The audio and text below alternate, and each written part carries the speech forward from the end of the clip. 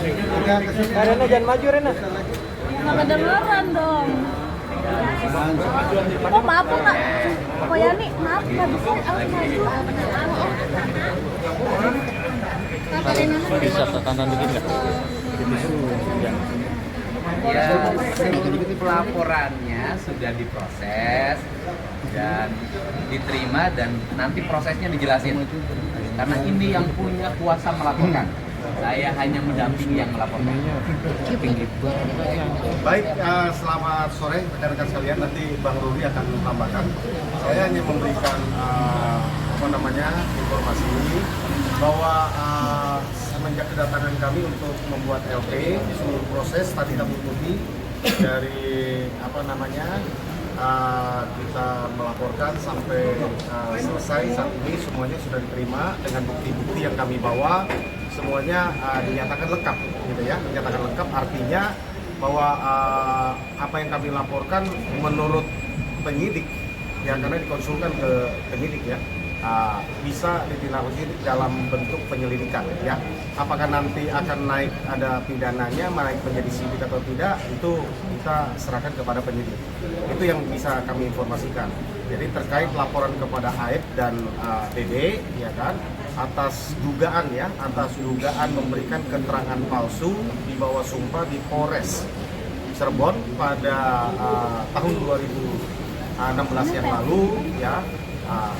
Karena klien kami merasa dirugikan ya kan akibat dari pernyataannya yang mereka ini akhirnya mendekam di penjara seumur hidup ya 7 orang ini dari 6 orang itu demikian. Nah, ini Bang Ruli akan tambahkan ini. Baik, saya yang membuat laporannya atas nama para Naikin sedikit Pak. Boleh naikin Pak. Sip. Pak tahan Pak. Kesini Pak dikit nih Pak. Sebentar Pak. Boleh ya Ren. Sini dikit Pak. Terima kasih. Udah ya? Ya. Oke. Lanjut. Nah, jadi betul bahwa hari ini saya membuat laporan atas nama para terpidana. Dan kegiatan ini adalah rangkaian kegiatan yang kami lakukan dalam rangka mencari maupun dan bukti-bukti baru. Ke depan masih ada lagi. Nah, jadi mudah-mudahan kalau ini Naikkan dikit Bu. maka jalan cerita pengadilan itu jadi lain lagi. Nah itu makanya kita membuat laporan ini. Mudah-mudahan ke depan kita akan diperiksa lagi tentunya. Dan mudah-mudahan semua diberi kelancaran. Saya kira itu saja. Pasal yang disangkakan 242 mengenai laporan palsu.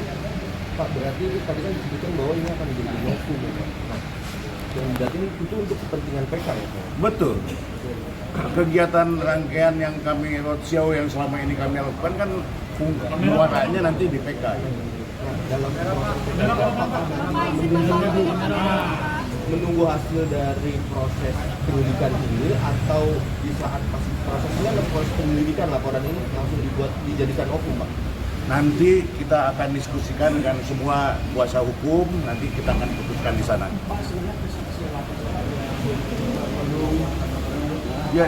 Ya jelaslah kesaksian yang kita lakukan itu adalah kegiatan atau ucapan bohong yang dilakukan oleh AEP dan DD yang menyatakan bahwa mereka melihat 5 itu yang saat ini ada dalam jadi terpidana itu ada di depan SMP 11. Faktanya mereka nggak ada di situ, tapi dibilang di situ gitu. Dan banyak hal yang kita lihat bahwa dilempari di situ. Ya, penduduk sana kita udah ambil bukti-bukti, nggak ada tuh keributan malam itu. Demikian juga yang punya warungnya. Saya udah datang ke sana ngecek, nggak ada keributan. Ini kan berarti diada-adakan.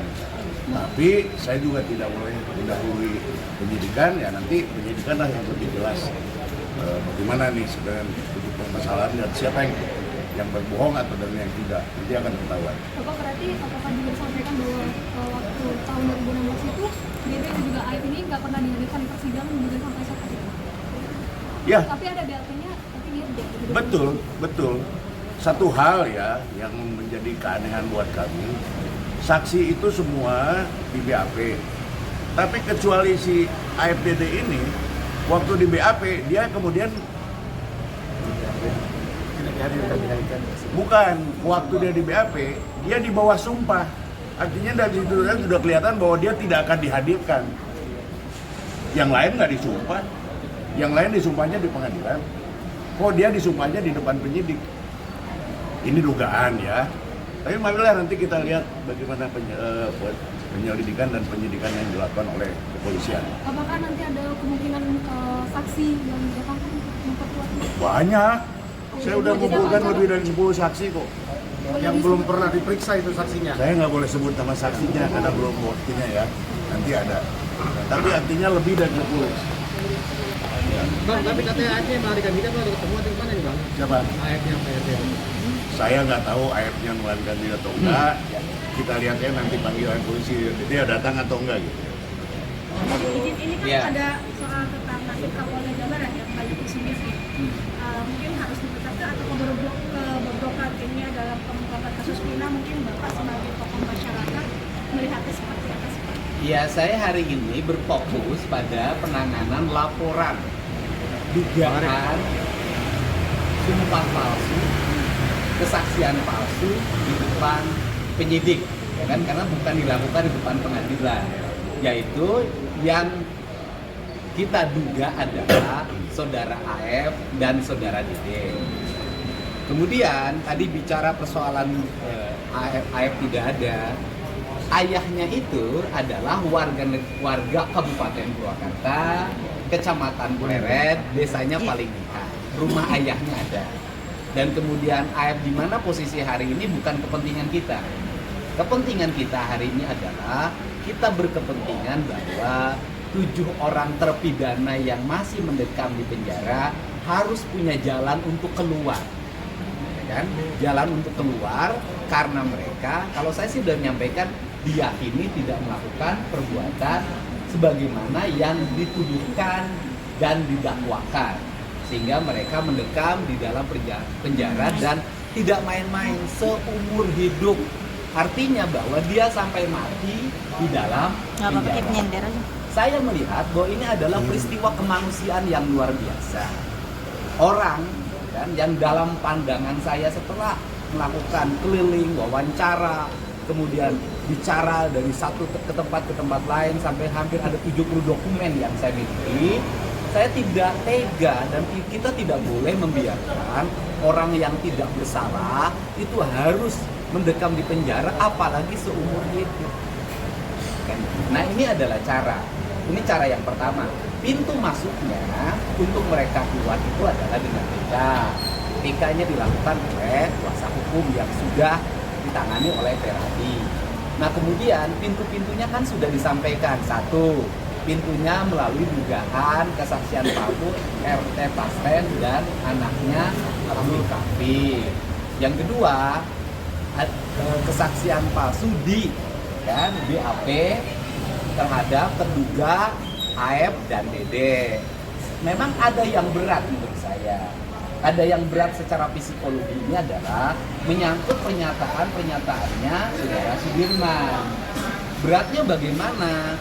Satu sisi saudara Sudirman itu pernyataan-pernyataannya sangat merugikan ya, baik buat Peggy kemarin maupun terhadap 7 terpidana yang lainnya.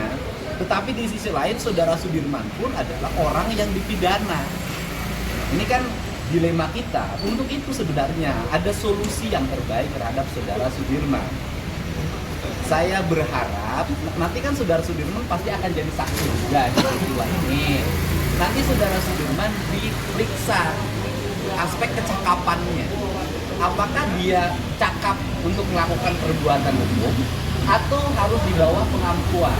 Nah, kalau harus di bawah pengampuan, maka keterangan-keterangan Sudirman yang terdahulu itu gugur dalam pandangan saya, tidak bernilai. Nah, ini kan aspek sosial inilah yang saya jalankan sehingga kan sekarang kasusnya jalannya sudah mulai terbuka dan saya meyakini betul bahwa Mabes Polri di bawah kepemimpinan Pak Kapolri akan terus berjalan pada rel yang benar.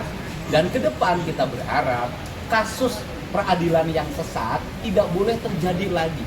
Tidak boleh ada korban-korban diakibatkan oleh peradilan yang mengadili orang tanpa fakta yang memadai, tanpa alat bukti yang memadai.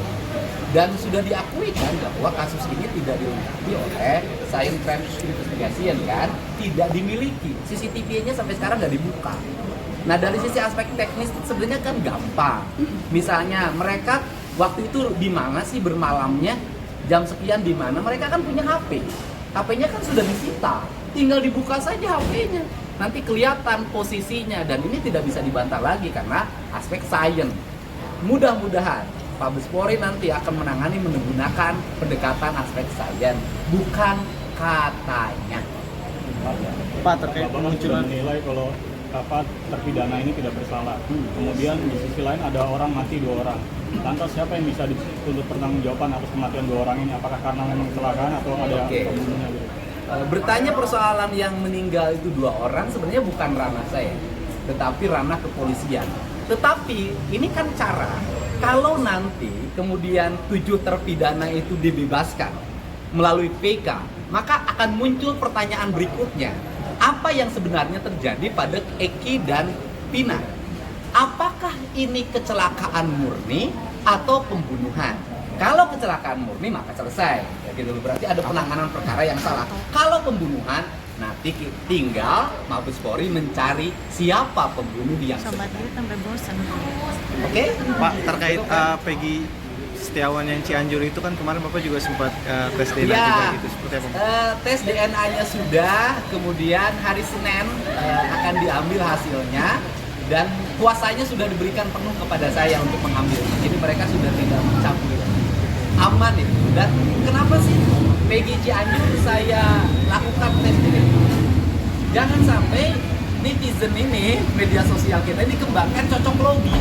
Nanti setiap ada namanya Peggy dicurigai, namanya Peggy dicurigai, kan kasihan. Untuk itu saya mengambil langkah untuk saudara Peggy Setiawan putra Pak Cecep dari Pacet Cianjur dilakukan tes DNA atas kesadaran mereka, sehingga cocok loginya nanti tidak boleh terjadi lagi.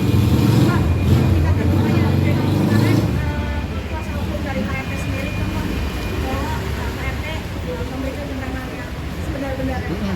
Nah, menurut Bapak pandangannya seperti apa nih Pak? Ya itu kan nanti dibuktikan saja keterangan Partai Pasar itu benar sesuai dengan fakta yang sesungguhnya, tinggal dijelaskan ke penyidik. Nanti kemudian beradu dengan saksi-saksi yang lain. Kapan Cukup kan? pemanggilan yang untuk Pak RT itu sendiri, Pak? Kenapa? Yang Pak RT Pasar mungkin ada jadwal pemanggilannya kapan? Oh, nanyanya jangan ke saya Belum kan tahu bukan penyidik. Nggak, maksudnya Bapak udah dapat info apa belum gitu, Pak? Oh belum, saya belum update urusan itu. Update-nya adalah hari ini kita belum makan dari pagi. Sama Pak.